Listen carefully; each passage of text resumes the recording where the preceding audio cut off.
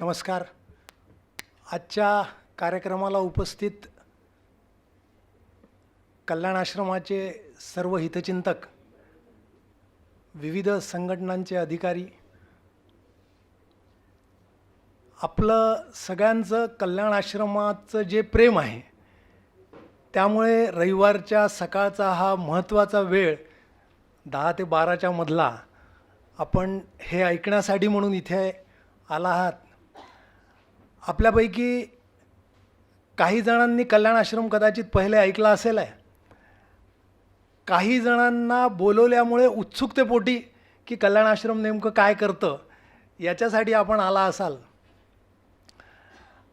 कल्याण आश्रमाची सुरुवात होऊन आज जवळजवळ 70 वर्षाचा कालावधी लोटला आहे. 1952मध्ये कल्याण आश्रमाची सुरुवात जशपूरला झाली आणि आपल्या महाराष्ट्रामध्ये सुद्धा या सर्व कामाला सुरुवात होऊन आज 40 वर्ष झालेली आहे. त्यामुळे 30-40 मिनिटामध्ये कल्याण आश्रम नेमकं काय करतं हे सांगणं हे माझ्यासाठी तशी कसोटीच आहे.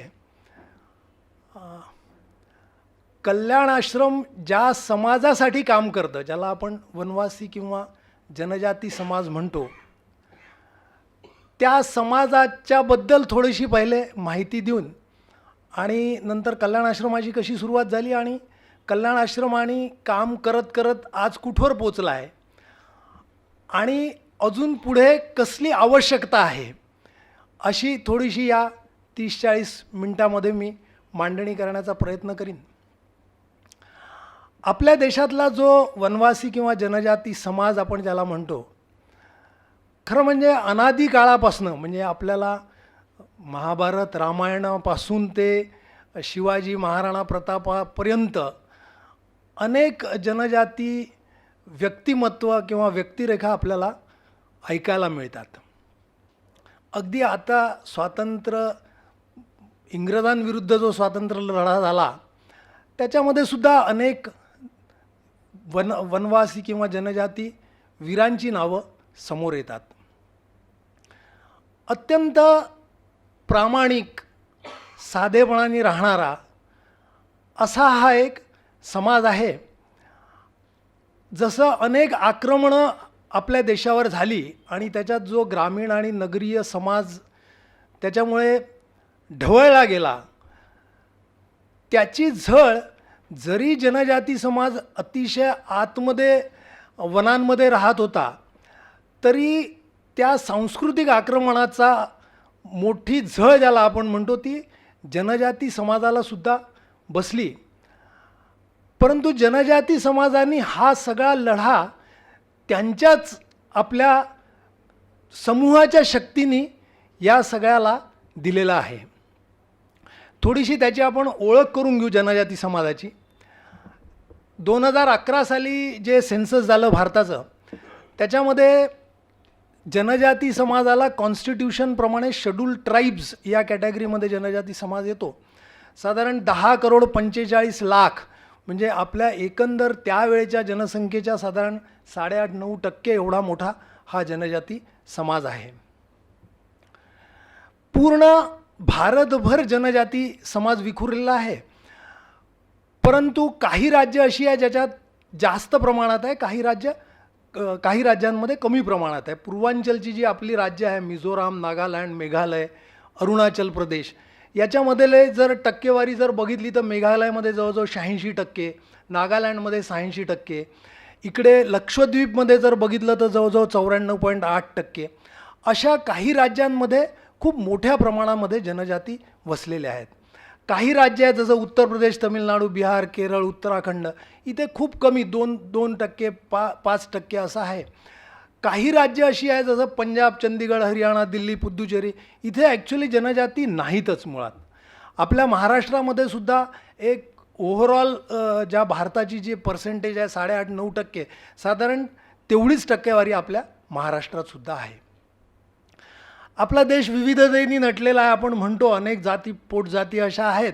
तशा जनजातींमध्ये सुद्धा आज भारताची जी ट्रायबल डेव्हलपमेंट डिपार्टमेंटची जी वेबसाईट आहे त्याच्यावर जर बघितलं तर आज जवळजवळ 705 विविध जनजातींचं डॉक्युमेंटेशन भारत सरकारने केलेलं आहे. त्यातल्या 47 जनजाती या आपल्या महाराष्ट्रामध्ये आहे. आपण जेव्हा आपल्या जवळपासचे जे जिल्हे बघतो त्याच्यामध्ये वारली, कातकरी, ठाकूर, कोकणा, भिल्ल, कोरकू ही नावं आपल्याला सहजपणे प्रसारमाध्यमांच्या थ्रू आपल्याला ऐकायला मिळतात. महाराष्ट्रातले जसे आपल्या जवळपासचे पालघर, ठाणे, रायगड हे जिल्हे आहेत. पश्चिम महाराष्ट्रातले नाशिक, पुणे, धुळे, नंदुरबार आहे. विदर्भातलं अमरावती, यवतमाळ वगैरे आहे. हे जनजाती बहुल असे जिल्हे आहेत.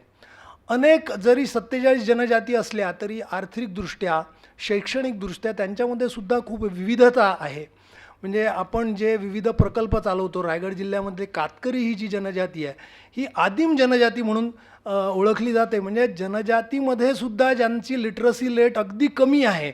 म्हणजे कातकरीमध्ये कोणी ग्रॅज्युएट फारच विरळ आहे. त्यांचा आर्थिक स्तर पण खूप कमी आहे. अशा काही जनजाती आहे, त्याच्यात कातकरी जनजाती आहे. त्याच्यासाठी आपल्या महाराष्ट्रामध्ये आपण काही प्रकल्प चालवतो. जनजाती समाज हा जसं आपण म्हणतो की एक परिपूर्ण पद्धतीने राहणारा समाज आहे. जसे आपण अनेक उत्सव साजरे करतो तसे जनजातींचे सुद्धा अनेक उत्सव आहेत. म्हणजे पूर्वांचलामध्ये तर अतिशय कलरफुल आपण उत्सव ज्याला म्हणतात, अगदी आसाममध्ये बिहू सुरू होतो तसा विविध नागालँड, मिझोराम. आपल्या इथे सुद्धा वारली लोकांचा बोहडा, भिल्लांची होळी, नंदुरबारची होळी अतिशय देखणी अशी होळी असते. लोक आजकाल म्हणजे फॉरेन टुरिस्ट ते होळी बघायला जातात. आणि या सगळ्या उत्सवांचं एक वैशिष्ट्य आपण ज्याला म्हणतो ते कसं आहे की आजकाल आता मुंबईमध्ये आपण जेव्हा राहतो, उत्सव म्हटलं की काही लोकांच्या अंगावर काटा येतो. तो नॉईज पोल्युशन, गर्दी या सगळ्या गोष्टी त्याच्यामध्ये असतात. परंतु जनजाती गावांमध्ये जो उत्सव होतो अतिशय शिस्तबद्ध, शांततापूर्ण, स्वच्छ पद्धतीने आणि कुठेही महिला, पुरुष, तरुण, युवा, युवती सगळे एकत्र असतात. परंतु कुठेही अप्रिय घटना घडत नाही. असे एक अत्यंत खऱ्या अर्थाने सांस्कृतिक वातावरणामध्ये ते सगळे उत्सव साजरे होतात. आता सध्या आपला भारताचा आझादी का अमृत महोत्सव असा मोठ्या प्रमाणामध्ये आपण साजरा करतो आहोत. आणि त्या संदर्भामध्ये जेव्हा जनजाती लोकांचा स्वातंत्र्य लढ्यामध्ये काय योगदान होतं याचं संशोधन आपल्या कार्यकर्त्यांनी करायला सुरुवात केलं, तेव्हा अनेक नावं पुढे आली. म्हणजे राणीमा गायदिंग्लू, त्यांचा आता जन्मदिवस आपण 26 जानेवारीला नारी शक्ती दिन म्हणून साजरा करायला सुरुवात केली आहे. गोंडावनातल्या राणी दुर्गावती, बिहारच्या तिलका माझी, तंट्या भिल्ल, तलक्कल चंदू, आपल्या महाराष्ट्रातले राघोबी भांगरे, नाग्या कातकरी, अशी अनेक अनेक नावं आपलं आता समोर यायला सुरुवात झालेली आहे.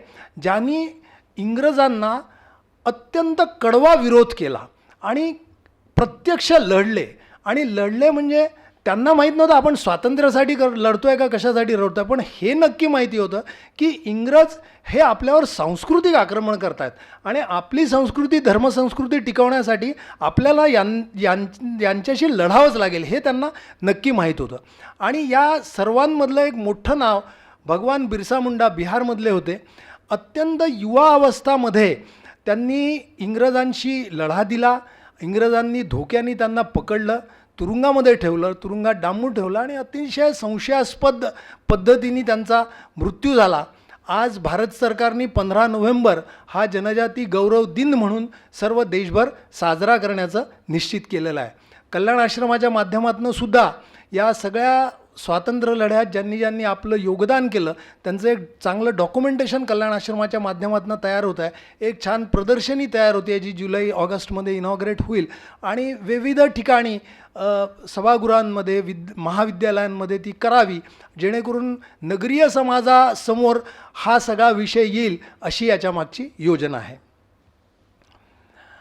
दुसरा एक ज्याला बुद्धिजीवींमध्ये बुद्धिभेद निर्माण करण्याचा प्रयत्न काही लोक जाणीवपूर्वक करत आहेत.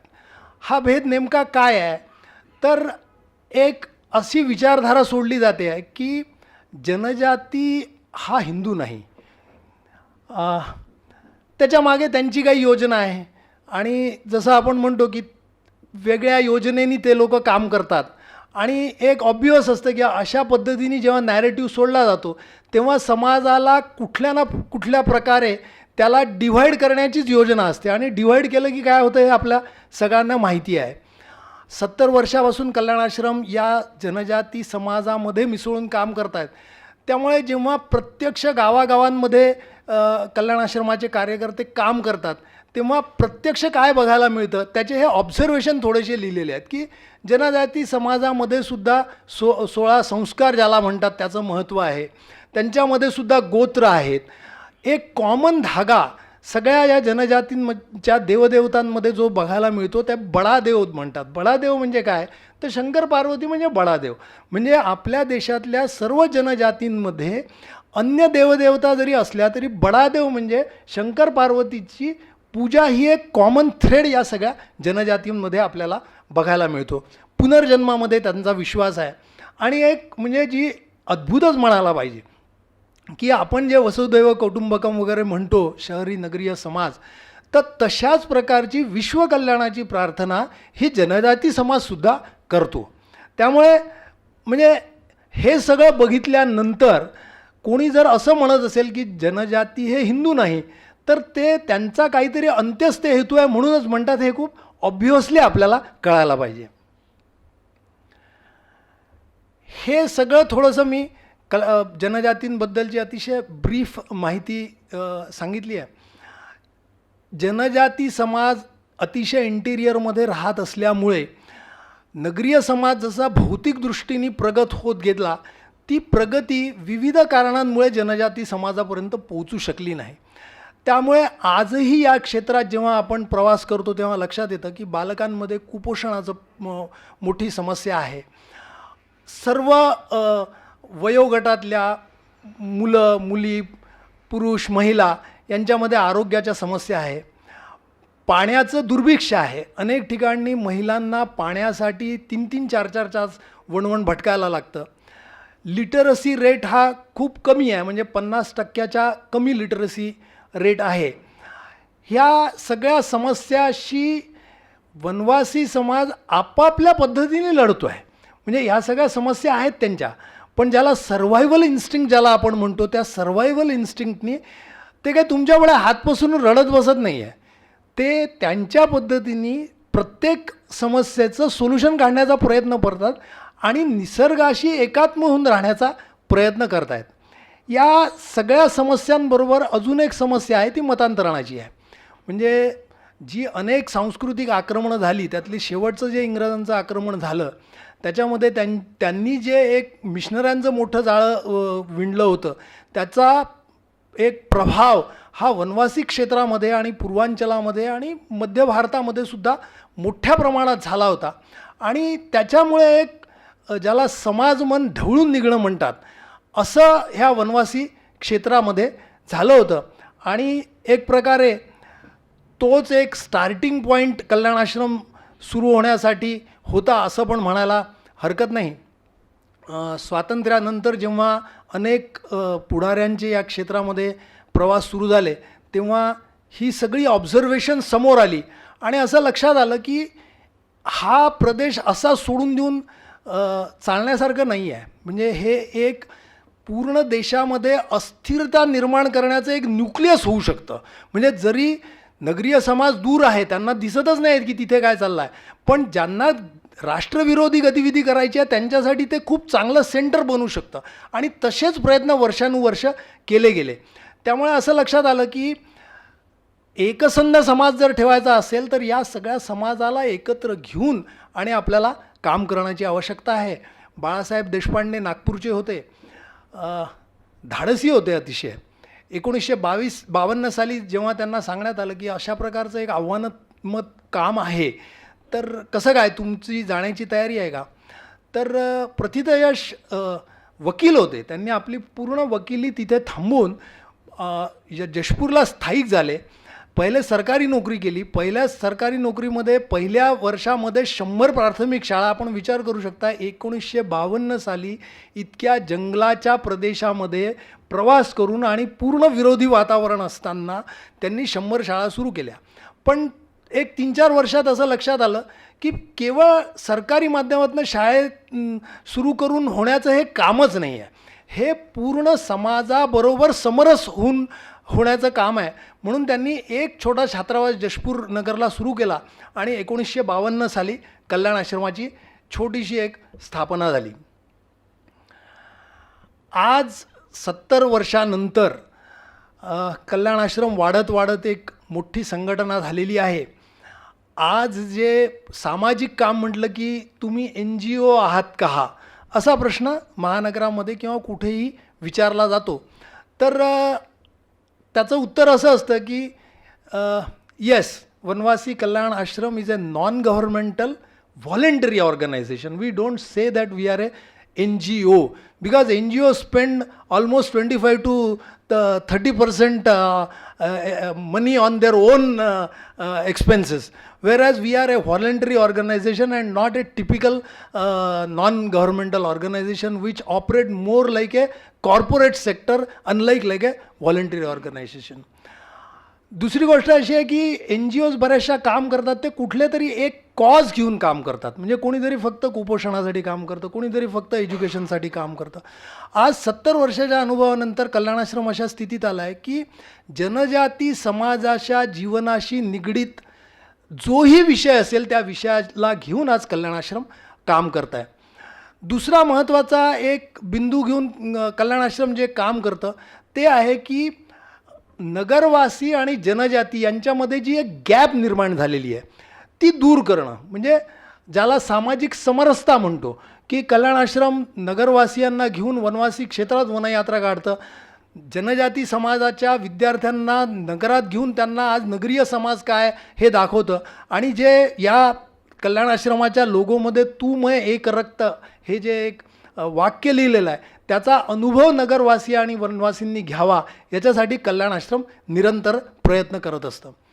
काम वाढत वाढत जे जशपूरला सुरू झालं, आज सर्व राज्यांमध्ये कल्याण आश्रमाचं काम पसरलेलं आहे.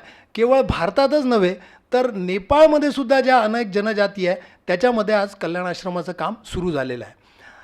In terms of the total number of projects, Kalyan Ashram is running nearly 20,000 projects today throughout India at 14,000 project places.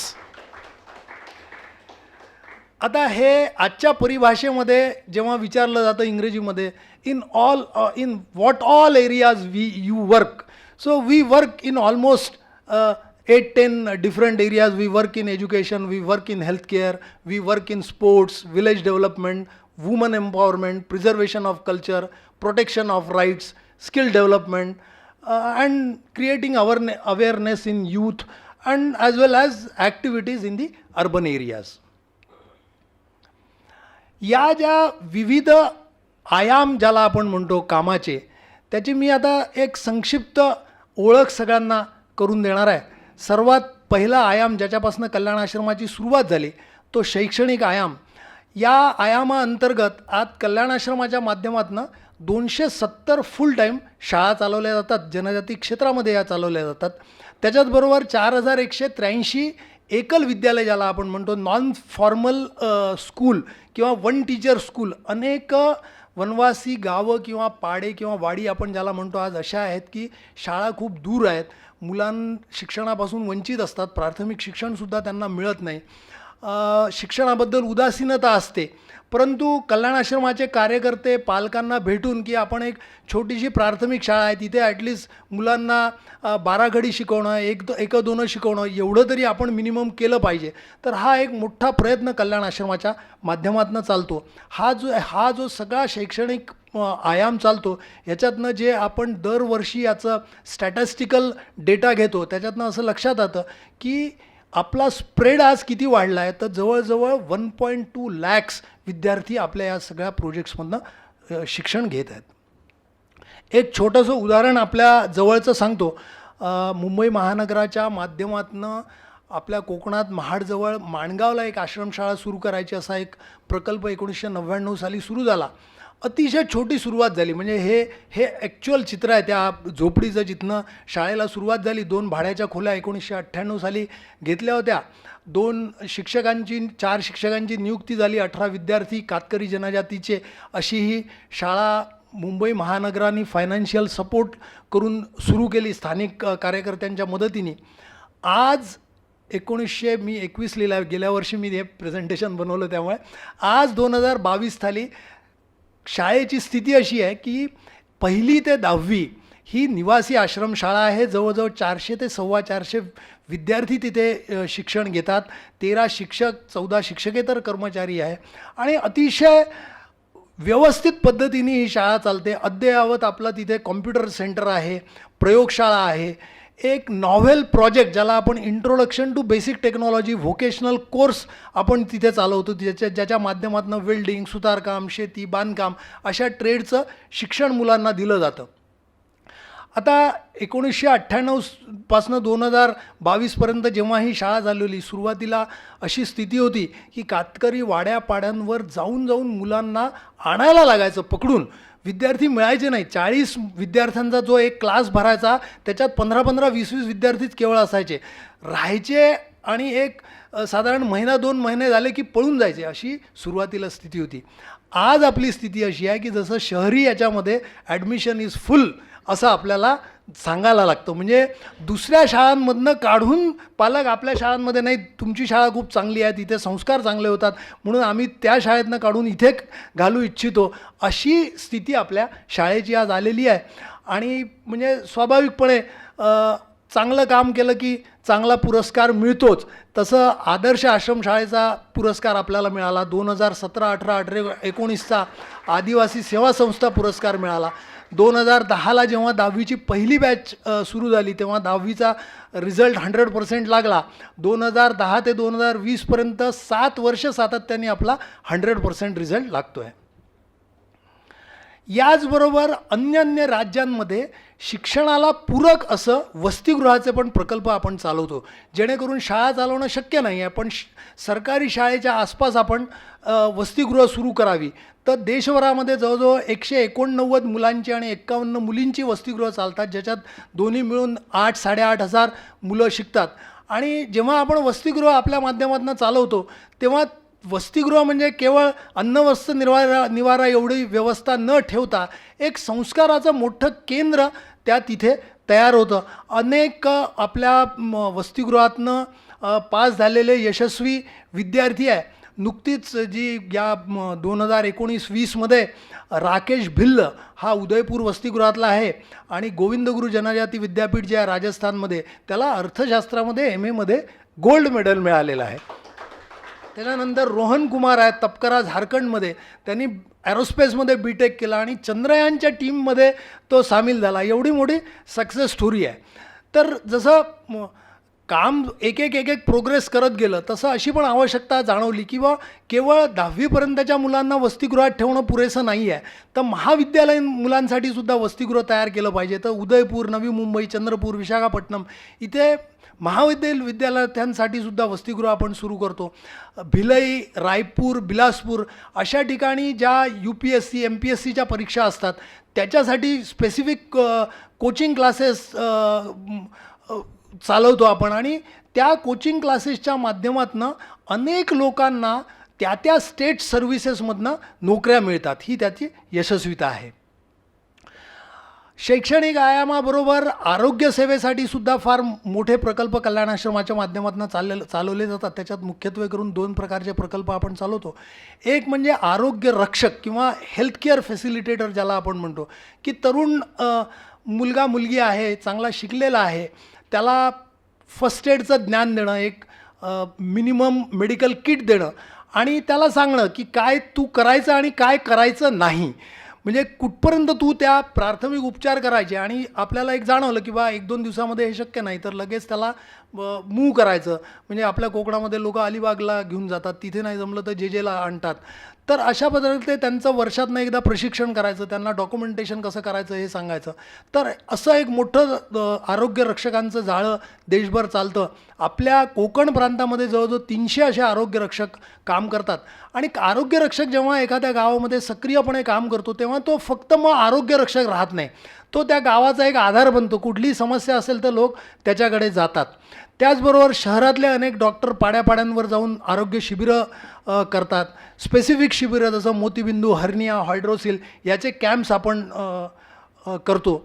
हे सगळं करत असताना असं लक्षात आलं की झारखंड, छत्तीसगड, मध्य प्रदेश असे काही प्रदेश आहेत जिथे फुल फ्लेज त्या एरियामध्ये हॉस्पिटल चालवणं गरजेचं आहे. आज कल्याण आश्रमाच्या माध्यमातून 9 फुल टाईम रुग्णालयं चालतात, 160 वैद्यकीय केंद्र चालतात. ग्राम आरोग्य रक्षक ज्याचं मी वर्णन केलं ते जवळजवळ 4177 ग्राम आरोग्य रक्षक देशभरामध्ये काम करतात. लोहरदगा झारखंडमध्ये एक बिरसा नेत्रालय म्हणून केवळ आय हॉस्पिटल म्हणून चालतं, जिथे 500 सर्जरीज ऑन ॲन ॲव्हरेज वर्षाला होतात. आत्ताच एक रिपोर्ट आला महिन्याभरापूर्वी 55 सर्जरी एकाच दिवशी तिथे झाल्या. केरळामध्ये सिकल सेल ॲनिमिया हा एक विशिष्ट रोग काही जनजातींमध्ये बघितला जातो. वायनाडला आपलं एक Swami Vivekananda medical mission hospital चालतं, त्याच्यावर सिकल सेल ॲनिमिया याच विषयावर उपचार आणि रिसर्च केले जातात. आरोग्यसेवेबरोबर एक खूपच नॉव्हेल उपक्रम कल्याण आश्रमाने चालू केला असं मी म्हणेन. अशोकजी साठे म्हणून आपले एक कार्यकर्ते होते. साधारण 87-88मध्ये मुंबईला असं एक विचार झाला की जनजाती युवा युवती खूप काटक असतात, खूप चांगले त्यांच्यामध्ये फिजिकल स्ट्रेंथ असते आणि त्यांना खेळाचा प्लॅटफॉर्म द्यायला सरकारी माध्यमातून किंवा अन्य कोणीही प्रयत्न करत नाही आहे. ते कुठे जंगलात राहतात, कुठे ऑलिम्पिक कुठे काय त्यांना काहीच माहिती नसतं. तर आपण जर त्यांना एक प्लॅटफॉर्म तयार करून दिला तर ज्याला आपण म्हणतो की एक हिडन टॅलेंट आपल्याला याच्यातनं मिळू शकतं. आणि त्याचा पहिला प्रयोग संयोगाने आपल्या मुंबईमध्येच 1988 साली अखिल भारतीय जनजाती खेलकूद स्पर्धांच्या माध्यमातून केला गेला. आणि या चित्रामध्ये आपण जसं बघता आहात की मिल्खा सिंग यांना आपण प्रमुख पाहुणे म्हणून त्याच्यात बोलवलं होतं. आणि त्यांनी जेव्हा समारोपाचं भाषण केलं तेव्हा त्यांनी त्या समारोपाच्या भाषणामध्ये असं सांगितलं की माझा जो एक आज वर्ल्ड रेकॉर्ड आहे, कॉमनवेल्थमध्ये त्यांना एका विशिष्ट इव्हेंटमध्ये गोल्ड मेडल मिळालं होतं, तर तो जर कोणी ब्रेक केला तर या जनजातीपैकीच कोणीतरी करेल असं मला खात्री वाटते. त्या कार्यक्रमाला बाळासाहेब देशपांडे पण उपस्थित होते. आणि सर्वानुमते तो पहिला प्रयोग यशस्वी झाल्यानंतर असं ठरलं की दर 4 वर्षांनी या सातत्याने क्रीडा स्पर्धा आपण अखिल भारतीय स्तरावर करायच्या. आणि शेवटच्या करोना सुरू व्हायच्या आधी 2019ला आपली 22वी जनजाती क्रीडा स्पर्धा ही कानपूरला संपन्न झाली.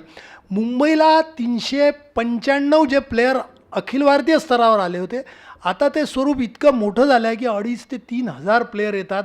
त्यांच्याबरोबरचे त्यांचे कोच, त्यांचे व्यवस्थापक असं करून कार्यकर्ते मिळून जवळजवळ 5,000 जणांची 5 दिवसाची व्यवस्था आपण ती सर्व बघतो. म्हणजे आता तर असा विचारविनिमय त्याच्यामध्ये होतो आहे की हा इतका मोठा इव्हेंट होतो आहे, काही कोटीचा त्याच्यात खर्च होतो की त्याला डिवाईड करून 2-2 वर्षांनी करावा, इतकी त्याची आपली व्यापकता वाढलेली आहे. आणि दुसरी त्याची अचिव्हमेंट अशी आहे की स्पोर्ट्स अथॉरिटी ऑफ इंडियानी त्याला एक ऑथोराइज्ड इव्हेंट म्हणून केलेला आहे. त्यांचे प्लेयर्स येतात आणि ते तिथनं सिलेक्ट करतात. मी जसं मगाशी मेन्शन केलं की मिल्खा सिंगजींनी जे म्हटलं होतं की माझा रेकॉर्ड जर कोणी तोडला तर ते जनजातीच कोणीतरी तोडेल, तर जवळजवळ 50 वर्षानंतर कविता राऊत, जिला सावरपाड्याची या नाशिक जिल्ह्यातली, तिने 2010 साली कॉमनवेल्थ गेममध्ये 10,000 मीटरमध्ये कांस्यपदक मिळवलं. आणि कॉमनवेल्थ गेममध्ये जवळजवळ 50 वर्षानंतर आपल्याला कुठलं तरी पदक मिल्खा सिंगजी नंतर मिळालं. ज्ञानेश्वर मोरगा हा आपला विक्रमगडला आहे, चेवेलो थेले ही नागालँडची आहे, विजय कुमार UPचा आहे. चेवेलो थेले तर तिला लेडी कमांडो टॉपर झाली ती, आणि भारत सरकारने तिला पोस्टर केडरचा दर्जा दिला. म्हणजे जे पोस्टर्स छापले जातात ज्याच्यावर कुठल्या तरी एका केडरचा फोटो असतो, तर हा तिचा पोस्टर केडरचा फोटो आहे. तर खूप निरनिराळ्या सक्सेस स्टोरीज आहेत. त्याच्यानंतर जसं जनजातींमध्ये काम सुरू वेगवेगळ्या आयामांना घेऊन सुरू झालं, तसं 2012-14पासनं स्किलिंग किंवा स्किल डेव्हलपमेंट हा मोठा विषय सुरू झाला. लाईव्हलीहूडसाठी वेगवेगळ्या पद्धतीने स्किल डेव्हलपमेंट सेंटर देशभरात नगरीय क्षेत्रामध्ये मोठ्या प्रमाणात सुरू झाली. तेव्हा हा पण विचारविनिमय झाला की स्किल डेव्हलपमेंट फक्त शहरांमध्येच का, जनजाती क्षेत्रामध्ये का नाही. तर मग जनजाती क्षेत्रांमध्ये सुद्धा tailoring centres, computer centres, nursing centres असे वेगवेगळ्या ठिकाणी सुरू केले. आपण सुद्धा इथे कर्जतजवळ कोठिंब्याला एक कौशल विकास केंद्र, नाग्या कातकरी कौशल विकास केंद्र सुरू केलं, जिथे टेलरिंग आणि कम्प्युटरचं सेंटर आपण तिथे सुरू केलेलं आहे.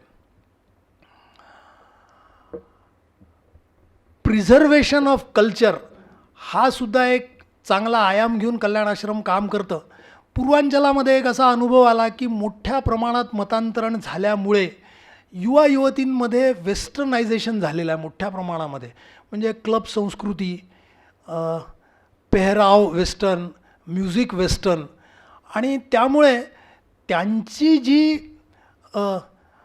एक कल्चर ज्याला आपण म्हणतो ते काही भागांमध्ये लुप्त होईल का असं वाटायला लागलं आहे. तर मग या सगळ्यासाठी एक सिस्टमॅटिक अप्रोचनी काही वर्कशॉप्स घेणं, काही कॉन्फरन्सेस करणं, आणि या सगळ्यामध्ये करत असताना मूळ जे जनजाती समाजाचं जे कल्चर आहे ते लुप्त होऊ नाही, त्यामुळे त्याच्यामध्ये युवा पिढीला आणणं, हा सगळा विचार कल्याण आश्रमाच्या माध्यमातून केला जातो. कोविडमध्येही कल्याण आश्रमाने मोठं मदत कार्य केलं. जसं रुटीन सगळे प्रोजेक्ट्स चालू असतात, त्याचबरोबर जेव्हा जेव्हा काही ना काही नैसर्गिक आपत्ती येतात त्यावेळेस नेहमीच कल्याण आश्रमाचे कार्यकर्ते, जसे नगरातले कार्यकर्ते नगराच्या बंधुभावांसाठी धावत जातात, तसंच कल्याण आश्रमाचे कार्यकर्ते आपले जनजाती क्षेत्रामध्ये जे आपत्ती येतात त्याच्यासाठी आपत्ती निवारणासाठी काम करतात. त्या सर्वामध्ये अन्नधान्य वाटप करणं, मास्कचं वाटप करणं, त्याची निर्मिती करणं, असे सगळा कार्यक्रम कल्याण आश्रमाच्या माध्यमातून राबवला गेला. जवळजवळ 2 लाख जनजाती लोकांपर्यंत आपण हे सगळं मदत कार्य पोहोचवू शकलो. एक या सगळ्या याच्यामध्ये एक असं लक्षात आलं की अन्नधान्य वाटप तर करतो आहे. एप्रिलपासून हे सगळं 2020ला सुरू झालं, आणि जेव्हा मे जून जवळ यायला लागला तेव्हा असं लक्षात आलं की लोकांची रोजंदारी गेल्यामुळे ते जे नियमितपणे बी बियाणं आणि खत विकत घेतात त्याच्यासाठी सुद्धा त्यांच्याजवळ निधी नाही आहे. तर महाराष्ट्रामध्ये आपण ही विशेष योजना राबवली की आपण जवळजवळ 1100 बांधवांना बी बियाणं आणि खताचं सुद्धा या करोना काळात वाटप केलं. 3 जूनला निसर्ग चक्रीवादळाचा तडाखा श्रीवर्धनजवळ बसला. जसं आजूबाजूच्या गावांना मोठा फटाका बसला, तसाच अनेक वाड्यांच्या वाड्या उद्ध्वस्त झाल्या. तर अनेक ठिकाणी आपण लोकांना पत्रे, ताडपत्र्या अशा साहित्याचं वाटप केलं. आणि त्यातली एक विशिष्ट वाडी, खोस्ते आदिवासी वाडी, तर तिथे जवळजवळ 18 घरं संपूर्णपणे उद्ध्वस्त झाली होती, जिथे राहायला काहीच नव्हतं त्या लोकांना. तर एक प्रतिबिंब चॅरिटेबल ट्रस्ट मुंबईचंच आहे, त्यांच्या सहयोगाने 18 घरं आपण पुनर्वसित केली. आणि अगदी शॉर्ट, ज्याला रॅपिड रिस्पॉन्स ज्याला आपण म्हणतो, जूनला हे चक्रीवादळ झालं आणि नोव्हेंबरमध्ये आपण ती बांधून तयार करून त्यांना हस्तांतरित केली. एक नेहमी प्रश्न याच्यामध्ये विचारला जातो की इतके वर्ष तुम्ही काम करता आहात, तर फक्त नगरीयच लोक काम करतायत का, की जनजाती लोक जनजातींसाठी काम करत आहेत? तर आज आपल्यामध्ये जे अनेक लोक काम करतात त्याच्यामध्ये 2 प्रकारचे लोक काम करतात. एक, काही कार्यकर्ते ज्यांना आपण पूर्ण वेळ काम करणारे कार्यकर्ते म्हणतो. देशभरामध्ये जवळजवळ 1000 पूर्ण वेळ कार्यकर्ते काम करत आहेत. त्यातले जवळजवळ 50% मंडळी ही जनजाती आहे स्वतः. दुसरा प्रश्न असा येतो की जनजाती नेतृत्व त्यातनं उभं राहत आहे का? तर हे त्यातलं एक जितं जातं उदाहरण आहे. ठमाताई पवार या कर्जतच्या जवळ जांभिवलीला आपलं जे केंद्र सुरू झालं 1980ला, तिथे मुलांसाठी स्वयंपाक करायसाठी म्हणून आल्या. तिथले आपले त्यावेळेचे जे कार्यकर्ते होते त्यांनी त्याला लिहायला वाचायला शिकवलं. आणि हळूहळू त्यांना कळायला लागलं की हे फक्त वसतिगृह म्हणजे मुलांसाठी स्वयंपाक करणं एवढं नाही आहे, हे याच्यापेक्षा बरंच काहीतरी मोठं आहे, हे त्या महिलेला त्यावेळेस कळलं. आणि तिने हळूहळू आपणही काही केलेलं पाहिजे ही प्रेरणा घेतली आणि आपल्या समाजासाठी काम करायला सुरुवात केली. आज त्या आपल्या कोकण प्रांताच्या माननीय अध्यक्ष आहेत. आणि हे करत असतानाच त्यांनी ज्या आपल्या कोकण प्रांतामध्ये जे विविध सामाजिक कामं केली, त्यांना स्त्रीशक्ती पुरस्कार मिळाला, महाराष्ट्र शासनाचा आदिवासी सेवा पुरस्कार मिळाला. आणि हे करत असताना अनेक अन्य संस्था, जसं पुणे मराठी ग्रंथालय, नातू फाउंडेशन आहे, आणि अन्य सगळ्या, उंच माझा झोका सर्वात प्रसिद्ध आहे, टी व्हीवर लोकांना दाखवला जातो, असे अनेक पुरस्कार त्यांना मिळाले. त्याचबरोबर आपले चैत्राम पवार हे धुळे जवळ बारीपाडा आहे, तिथे त्यांनी ग्रामविकासाचं मोठं काम केलं. म्हणजे मोदीजींबरोबर एका व्यासपीठावर बसायला मिळणं हे एक ज्याला आपण म्हणतो is a extra ordinary personality, त्याच्याशिवाय होऊ शकत नाही. तुम्ही कुठलं काम इतक्या त्या लेवलचं केलं असेल तरच तुम्ही मोदीजींबरोबर बसू शकता. तर एक जो कार्यक्रम झाला जुलै 2018मध्ये यूथ फॉर रुरल डेव्हलपमेंट, त्याच्यामध्ये ते मोदीजींबरोबर बसले होते आणि अतिशय उत्कृष्ट बारीपाडा जो धुळे जिल्ह्यामध्ये आहे तिथे त्यांनी काम केलेलं आहे. तर हा असा थोडक्यात एक कल्याण आश्रमाचा एक ओव्हरव्ह्यू मी आपल्या समोर मांडला. हे करत असताना नेहमी एक प्रश्न पडतो की जनजाती क्षेत्र नगरीय क्षेत्रापासून दूर आहे आणि मग नगरामध्ये राहून आम्ही काय करू शकतो. सामान्यतः प्रकल्पाची कामं दाखवली की मग मी शिकवायला जाऊ शकतो का, किंवा मी डॉक्टर असेल तर मग काही मेडिकल कॅम्पसाठी जाऊ शकतो का, एवढाच पुरता आपण विचार केला जातो.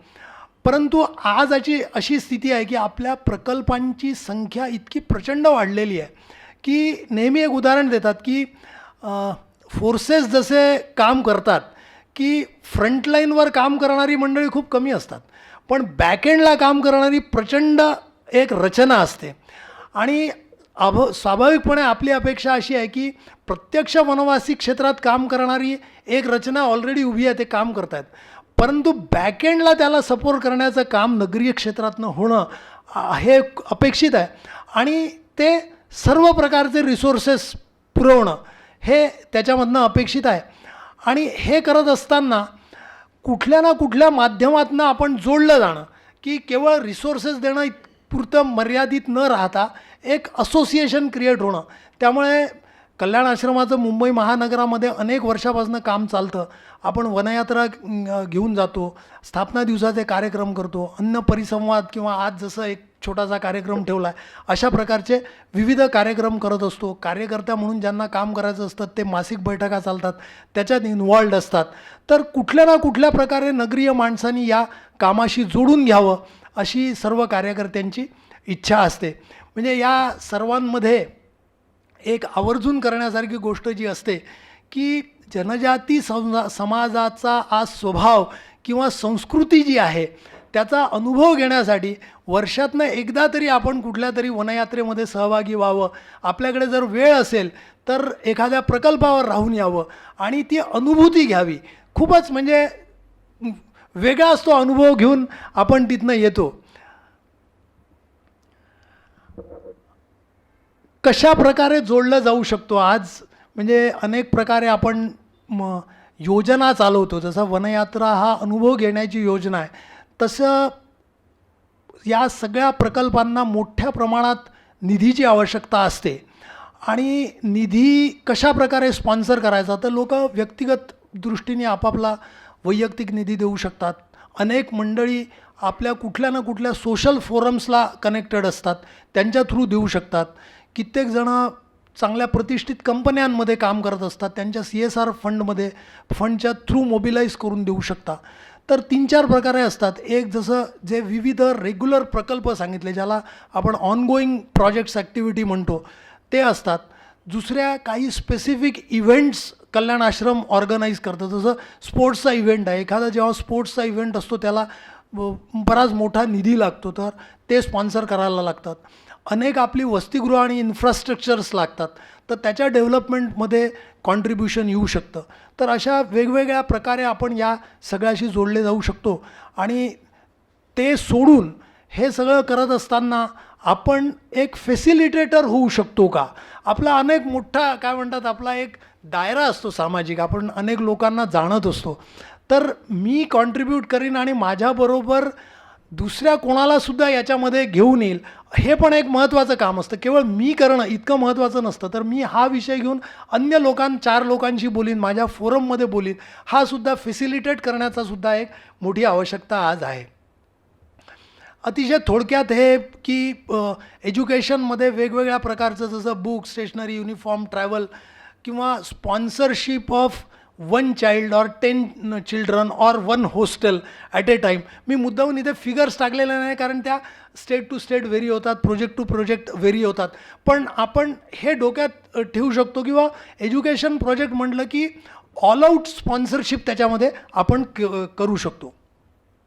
मेडिकल प्रोजेक्ट्स चालतात, त्याच्यामध्ये सर्जरी स्पॉन्सर करणं, मेडिकल कॅम्प स्पॉन्सर करणं. कित्येक पूर्वांचलाच्या राज्यांना मोठ्या प्रमाणात औषधं लागतात, त्या औषधं स्पॉन्सर करणं, अशा प्रकारची मदत केली जाऊ शकते. आपले जे आरोग्य रक्षक काम करतात, जसं कोकण प्रांतामध्ये 300 आरोग्य रक्षक काम करतात, त्याचा एक प्रोजेक्ट प्रपोजल आहे किंवा हा पूर्ण जर प्रकल्प राबवायचा असेल तर त्याचा खर्च कसा कसा आणि किती येतो, तर त्याच्यासाठी आपण स्पॉन्सरशिप देऊ शकता. स्पोर्ट्सचे इव्हेंट असतात अनेक, म्हणजे याच्यात मी मुद्दामून त्या आर्चरीचं इक्विपमेंट त्याच्यासाठी दाखवलं आहे की दरवर्षी आपण आर्चरीचा इव्हेंट करतो डिसेंबर महिन्यामध्ये, आणि आर्चरीचे इक्विपमेंट अगदी 3-5 हजारापासून 1 लाख रुपयापर्यंत मिळतात. म्हणजे एक आर्चर इतका चांगला होता, पण राजस्थानमध्ये होता तो आणि खूप निराश झाला होता. तर त्याला कार्यकर्त्यांनी विचारलं, यार क्या हो गया आपको, क्या प्रॉब्लम हो गया? बोले नहीं मेरे पास वो इक्विपमेंट ज़रा अच्छा चाहिए. तर तिथल्या लोकल कार्यकर्त्यांनी विचारलं, अच्छा म्हणे कितना अच्छा? तो खूप संकोचून गेला, पण त्यांनी माहिती सगळी काढून ठेवली होती. तर तो म्हणे भाई साहब नहीं उसका तो कीमत होगा 1-1.25 लाख के आसपास होगा. तर त्या कार्यकर्त्याला पण पहिले धक्का बसला, पण त्यांनी जेव्हा बघितलं की त्याची जी दांडगी इच्छा आहे की जर मला हे मिळालं तर मी नक्की पुढे जाईल, तर कार्यकर्त्यांनी राजस्थानसारख्या ठिकाणी 1 ते 2 दिवसात ती सगळी व्यवस्था केली आणि त्याला ते इक्विपमेंट आणून दिलं. आपल्या इथला जो मी मगाशी फोटो दाखवला, ज्ञानेश्वर मोरगा, विक्रमगडचा विद्यार्थी आहे. आता कुठल्याही मॅरेथॉनला स्पॉन्सरशिप करायची तर ऑनलाईन सगळं करायला लागतं, कुठे 5,000, कुठे 10,000, कुठे 1,000, काही ना काही स्पॉन्सरशिप फी असते, त्याला मोबिलाईज करता लागतं. हे एक उदाहरण आहे. असे कितीतरी ज्ञानेश्वर मोरगा आहे. तर अशा वेगवेगळ्या ठिकाणी, जशी आपण टीम एक कोकण प्रांताची गेल्या वर्षी ह्या लॉकडाऊन सुरू व्हायच्या आधी आपण गुवाहाटीला पाठवली, तर पूर्ण त्या टीमचा खर्च, त्यांना ट्रॅकसूट, शूज, अशा प्रकारची स्पॉन्सरशिप स्पोर्ट्समध्ये होऊ शकते. तर अशा विविध प्रकारांनी आपण स्पॉन्सरशिप करू शकतो आणि जोडले जाऊ शकतो. थोडक्यात 2 वाक्य लिहिलेली आहे. Any donation does make a difference. Getting involved is what makes one feel part of the mission. And your contribution may be little, but it makes you feel big. Thank you very much.